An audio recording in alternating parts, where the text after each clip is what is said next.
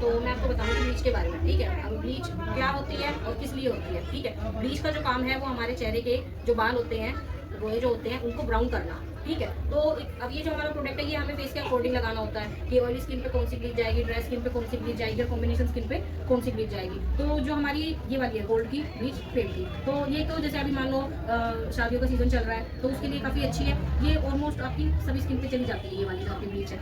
और बाकी हमें ये देखना होता है कि सामने वाले की क्लाइंट की स्किन कैसी है, ड्राई स्किन है, ऑयली स्किन है, ठीक है, या फिर सेंसिटिव देखनी है कि बहुत ज़्यादा पतली है, जैसे कई लोग की बहुत जल्दी रेड हो जाती है, धूप में निकले इतनी जल्दी रेड हो जाती है।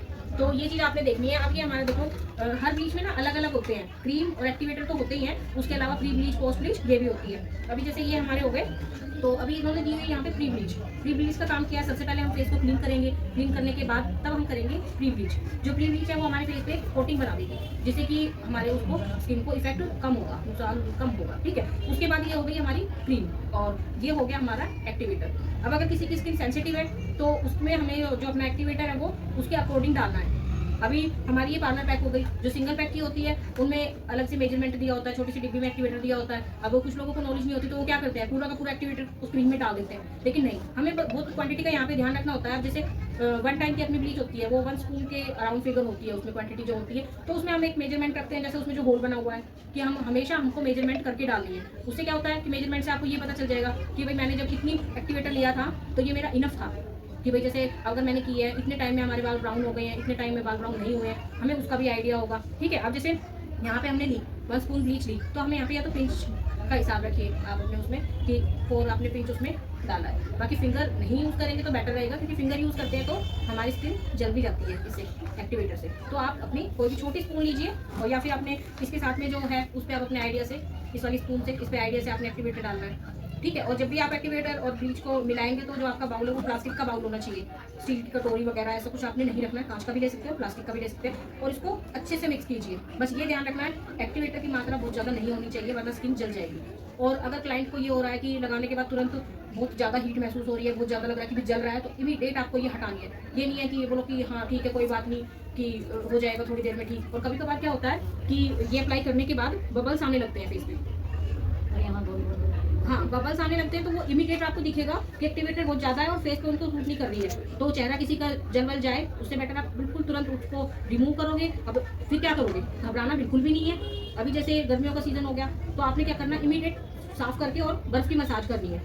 उससे ये होगा जो भी मतलब थोड़ा बहुत रेडनेस आ गई है, कुछ आ गई है, वो आपकी तुरंत ठीक हो जाएगी। और फिर या तो आप कोकोनट ऑयल यूज़ कीजिए फेस पे, वरना फिर आप जैसे जो भी अपनी बर्न वाली जो क्रीम होती है आप वो अप्लाई कीजिए। तो ये आपको मतलब काम के साथ साथ में ये नॉलेज होना बहुत जरूरी है। और इन केस कभी हो भी जाए, किसी किसी की स्किन ऐसी होती है कि भाई रिएक्ट कर जाती है, कि कम एक्टिवेटर के साथ भी रिएक्ट कर जाती है, तो उसमें फिर घबराना बिल्कुल भी नहीं है। और भाई अपने क्लाइंट को तो ये बिल्कुल भी नहीं दिखाना कि ये चीज़ ऐसे हो गई है। अगर हो गई तो बोले इट्स ओके, आपकी स्किन पे भाई थोड़ा ये सेंसिटिव ज़्यादा है इसलिए ये चीज़ हो गई है। और उनको बिल्कुल आपके फेस पे जो है एक्सप्रेशन आपके ऐसे होने चाहिए, घबराने वाले बिल्कुल भी नहीं होने चाहिए। क्योंकि ठीक है अब हमें हर तरीके का क्लाइंट हैंडल करना होता है, तो फेस एक्सप्रेशन भी आपके काफ़ी वो करते हैं, जरूरी है इस चीज़ के लिए। अगर मान लो कुछ गड़बड़ हो जाए और आपने पैनिक हो गए तो सोचेंगे अरे इसे तो कुछ आता नहीं है, नहीं।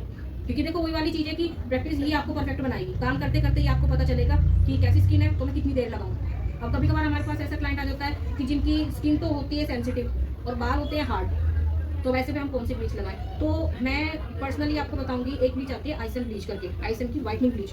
वो ब्लीच इतनी अच्छी है कि अगर आप उसको लगाओ तो वो सेंसिटिव स्किन पे और हार्ड बालों तक को भी ब्राउन कर देती है।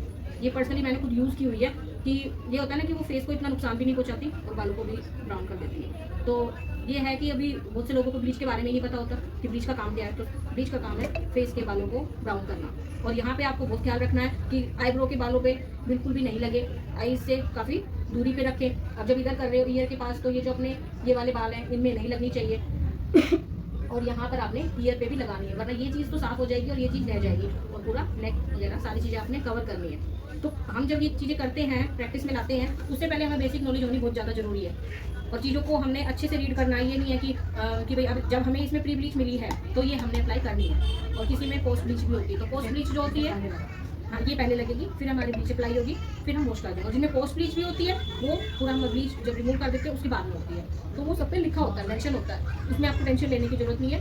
और जो अभी क्या है बहुत से लोग ब्लीच के उसमें ब्लीच की बजाय D10 भी करवाते हैं, तो D10 के बारे में आपको नॉलेज मैं अपने बाद में दूंगी आपको, ठीक है।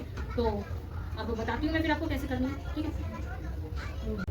अभी कुछ लोग क्या करते हैं जिनको नहीं पता, पहले फेशियल कर लेंगे और फिर ब्लीच करेंगे। नहीं, पहले हमारी ब्लीच होनी चाहिए और फिर फेशियल होना चाहिए। क्यों? क्योंकि देखो जो एक्टिवेटर होता है उससे कुछ नुकसान मान लो फेस को हो रहा है, थोड़ा हार्म हो रहा है, तो जब हम फेशियल करते हैं, फेशियल में मसाज से जो वो हमारा रिकवरी होती है एक तरीके से, तो इस चीज़ का खास ध्यान रखना है। पहले हमारी ब्लीच होनी चाहिए और फिर उसके बाद हमारा फेशियल होना चाहिए। ये नहीं होना चाहिए, अब कुछ लोग ऐसे बोलते हैं कि आप फेशियल कर दो और ब्लीच तो मैं घर जाके कर लूँगी।